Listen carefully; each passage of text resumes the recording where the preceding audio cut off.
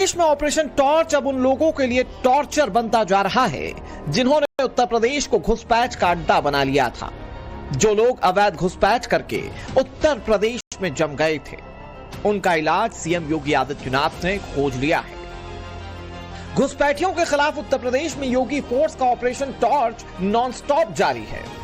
गली गली, घर घर, हर झुग्गी झोपड़ी और हर वो ठिकाना जहां घुसपैठियों के होने की जरा सी भी भनक है, वो जगह योगी फोर्स के निशाने पर है। जिस प्रकार की घुसपैठ ये लोग करवा रहे हैं बांग्लादेशी घुसपैठियों का, अगर डेमोग्राफी चेंज इसी प्रकार की होगी, आज ये लोग यात्रा रोक रहे हैं। बहनों और भाइयों, आने वाले समय में घरों के अंदर घंटी और शंख भी नहीं बजाने देंगे। घुसपैठियों का लॉन्चिंग पैड नहीं बनने देना है। याद करना, ये लोग आएंगे, पंचर बनाने के नाम पर आएंगे, विकास का ही पंचर कर डालेंगे। योगी और उत्तर प्रदेश पुलिस की सख्ती से अब रात ही नहीं, दिन में भी घुसपैठियों की नींद फाख्ता हो गई है। चाहे दिन हो या रात, योगी फोर्स टॉर्च की रोशनी से हर संदिग्ध से कागज मांग रही है। हर संदिग्ध से पूछा जा रहा है उनका आधार, वोटर आईडी कार्ड और पासपोर्ट कहां है। कोई तो कागज दिखाना होगा, नहीं तो डिटेंशन सेंटर जाना होगा। तस्वीरें उत्तर प्रदेश के मुरादाबाद की हैं, जहां रानी नागल गांव में सैकड़ों संदिग्धों के बसी होने की जानकारी मिली। बस क्या था, योगी फोर्स एक्टिव हो गई। प्रशासन की टीम के साथ पुलिस की टॉर्च एक एक घर में पहुंच रही है।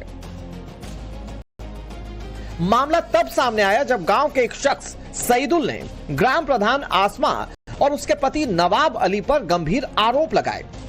सईदुल और गांव वालों ने लिखित में शिकायत दी कि ग्राम प्रधान आसमा ने कुछ संदिग्ध लोगों को गांव में लाकर बसा दिया है। फर्जी कागजों के आधार पर उनका आधार कार्ड भी बनवा दिया गया। कई संदिग्ध लोगों को वोटर लिस्ट में शामिल करा दिया गया। गांव में अवैध रूप से बसाए गए लोगों की संख्या 250 के करीब बताई जा रही है, जिसमें से करीब 90 लोगों के तो वोटर आईडी कार्ड भी बना दिए गए हैं। लोगों का कहना है कि ना तो इनकी भाषा समझ में आती है और ना ही ये यहाँ के रहने वाले लगते हैं। गांव के लोगों का साफ कहना है कि बहुत हद तक हो सकता है कि अवैध तरीके से ये बसाए गए रोहिंग्या ही हो। ग्रामीणों की शिकायत के बाद जिला प्रशासन के कान खड़े हो गए हैं, जिसके बाद हर एक एंगल से जांच की जा रही है। ये मेरे हाथ में आप पूरा जो लिस्ट देख रहे हैं वो कई घरों की है। अब आप ये मकान नंबर देखेंगे, मकान नंबर 251 है और इसमें ये जो मार्क किया हुआ ये वो लोग हैं जो इस मकान में रहते ही नहीं है, लेकिन उनके नाम पर लिस्ट बनाई हुई है, जिसमें शाह है, बेगम है, आदिल है, सहरीन है, खुशबू है, आले है। ये तमाम वो नाम है जो इस पते पर रहते नहीं है। इनका ये घर है, सामने बैठे हुए हैं, ये आप ही का घर है? जी हमारा घर है ये आपका। तो ये जो मार्क आपने किया है, करीब मुझे दिख रहे हैं 8 नाम, ये सब आपके यहाँ नहीं रहते? ना, कोई नहीं रहता यहाँ, ये सब बाहर के लोग हैं। कहाँ के हैं? ये बाहर के नाम है, इनको नहीं जानते हम। इनको आप जानते नहीं है? आप देखिए, मेरे पास एक दूसरी लिस्ट है, आप कैमरे पे देखते रहिए, एक दूसरी लिस्ट निकल के आई इस सामने। अब इसमें मैंने मार्क किया हुआ है ये तमाम नाम, चाहे वो खुशबू का हो, आदिल हो, आले हो, सहरीन हो, ये आपको सारे नाम यहां नजर आएंगे इस लिस्ट पे। अब ये लिस्ट कहां से आई है? ये दूसरी लिस्ट उन लोगों की है जो इस गांव में रहते नहीं है, लेकिन थोड़े दिन पहले उन्हें इसी गांव में बसा दिया गया। कौन लोग हैं ये जो मुझे इस लिस्ट में नजर आ रहे हैं? आप लोगों ने कंप्लेंट भी की इनकी? हाँ, इनकी कंप्लेंट करी है। ये लोग हैं घुमंतु जाति से संबंध रखते हैं, इनका कोई स्थायी निवास नहीं होता। नहीं, ये भारतीय नहीं है क्या? भारतीय न होने का भी शक है। अच्छा। ये हाँ, हो सकता है रोहिंग्या हो। रोहिंग्या हो। अच्छा, तो ये यहाँ पे कब आए और उन्होंने आप लोगों के पते पे अपना वोटर? ये आए नहीं सर, इनको यहाँ लाया गया ग्राम प्रधान द्वारा, यहाँ अपना राजनीतिक पंचायत चुनाव में राजनीतिक लाभ लेने के लिए। यानी कि आप कह रहे हैं कि इन लोगों को बसाया गया राजनीतिक लाभ लेने के लिए, वोटर के तौर पर, और इनका ये वोट बनवा दिया गया, पंचायत सूची में दर्ज कराया गया। और उसी के आधार पर इन्हें और भी, जैसे मान लो राशन कार्ड वगैरह भी बनवाए इनके 8-10। इन लोगों के राशन कार्ड बनवाए गए, आधार कार्ड बनवाए गए, वोटर लिस्ट में नाम डलाया गया। जी हाँ।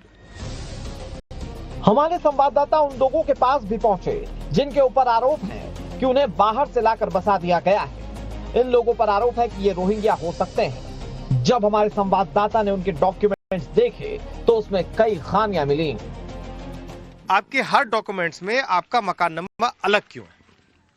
जी, ये जब जगह ली हमने तो ये आवास मिली हमको। ये देखिए आप, जब हमको मकान नहीं मिला था ना तो एक छपरा बनाकर पन्नी तान कर उसमें रह रहे थे हम। नहीं, जिस आप कहीं भी रह रहे थे, पहले तो आपने मकान नंबर गांव का 294 जो दिखाया है उसमें रहने वाले व्यक्ति ने आपके वहां रहने की बात से इनकार कर दिया कि आप कभी वहां रहे नहीं, तो आपने 294 दिखाया। फिर आपने 327 दिखाया अपना वोटर कार्ड पे, और आधार कार्ड जो आपने दिया उस पे 125 दिखाया। तो जहाँ पे हम रहे नहीं तो वो व्यक्ति तो मने करेगा ही कि हमारे यहाँ रहते फिर नहीं। आपके लिस्ट में नाम नंबर क्यों आया, मकान नंबर? नंबर ये देखिए, मैं जो दिखा रहा हूँ आपको, आप ये देखिए, ये लिखने वालों की कमी। हम तो अनपढ़ लोग हैं, हमें तो जो कोई लिख के दे देगा हम लेके चल दिए।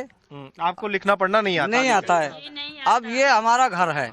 अब देखिए, इन्हें लिखना पढ़ना आता नहीं। इनके हर चीज पर, चाहे वो वोटर लिस्ट में पता हो वो अलग है, वोटर कार्ड है उस पे पता अलग है, आधार कार्ड है उस पे पता अलग है। अब देखिए, इलाके के प्रधान हमारे साथ है, इन्हीं पर ये आरोप लग रहे हैं कि ये राजनीतिक फायदा लेने के लिए इन लोगों को यहाँ पर बसा चुके हैं। ये आरोप आप पे लग रहे हैं। पहले तो ये पते का क्या खेल है? देखिए, ये पते का जो खेल है ये असल में ये लोग गलत बता रहे हैं। ये सब जो भी वजह है ये बीएलओ की है। जो बीएलओ है, कार्य करता है, उसके बारे में ना तो मुझे पता है। नहीं, आधार कार्ड बीएलओ थोड़ी ना बनाएंगे। नहीं, आधार कार्ड तो बीएलओ नहीं बनाता है। चुनाव का वोटर कार्ड और ये पता, जो चुनाव का वोटर कार्ड है वो बीएलओ बनाते हैं। अच्छा, इन लोगों को आपने यहाँ पे बसाया कि नहीं बसाया? ये लोग आए थे वहां से, भोजपुर से आए थे, रानी नागल। इन्होंने जमीन खरीदी अपनी और ये लोग यहाँ रहे हैं लोग। तो उस समय इनके पते गांव के पतों पे क्यों जोड़े गए? गांव के घरों के नाम पर इनका वोटर आईडी कार्ड क्यों बनाया गया? इसमें तो जो इस गांव के अंदर लगभग 500 वोटर ऐसे हैं जो वो अपने पते पे ही नहीं है। ये सारी बीएलओ की कमी है। अवैध बांग्लादेशियों और अवैध रोहिंग्याओं के खिलाफ ऑपरेशन टॉर्च इसलिए चलाया जा रहा है क्योंकि अगर बांग्लादेशी ज्यादा बढ़े तो मुमकिन है कि भारत के अंदर भी वही हालात ना हो जाएं जो अभी बांग्लादेश में हो रहा है। इसीलिए शहर शहर योगी की पुलिस का अभियान जारी है। शामली में भी आज पुलिस ने ऐसी ही कार्रवाई की। भूरा रोड स्थित नाहिद कॉलोनी में पुलिस ने व्यापक स्तर पर परिवारों का सत्यापन अभियान चलाया। ये वही कॉलोनी है जहां 2013 के मुजफ्फरनगर दंगों के बाद विस्थापित होकर आए सैकड़ों परिवारों को बसाया गया था। पुलिस की टीमें कॉलोनीज में घर घर पहुंची और एक एक परिवार का डेटा देखा। इस दौरान परिवार के सदस्यों के नाम, पिता का नाम, आधार कार्ड नंबर और मोबाइल नंबर दर्ज किए गए। वेरिफिकेशन ड्राइव के दौरान पुलिस ने लोगों से सहयोग की अपील की। यह भी साफ कर दिया कि यह ड्राइव उन्हीं लोगों की सुरक्षा को देखते हुए चलाया जा रहा है। जिलाधिकारी स्तर से हो रहा है लगातार, और साथ में शासन स्तर से हो रहा है। जहां भी पुलिस की आवश्यकता है तो उसको जिलाधिकारी साहब तत्कालिक रूप से बताते हैं। पुलिस के बल को पूरा उपलब्ध रहता है और साथ में एक प्रक्रिया बनाई गई है आइडेंटिफाई करके उनके खिलाफ कार्रवाई करने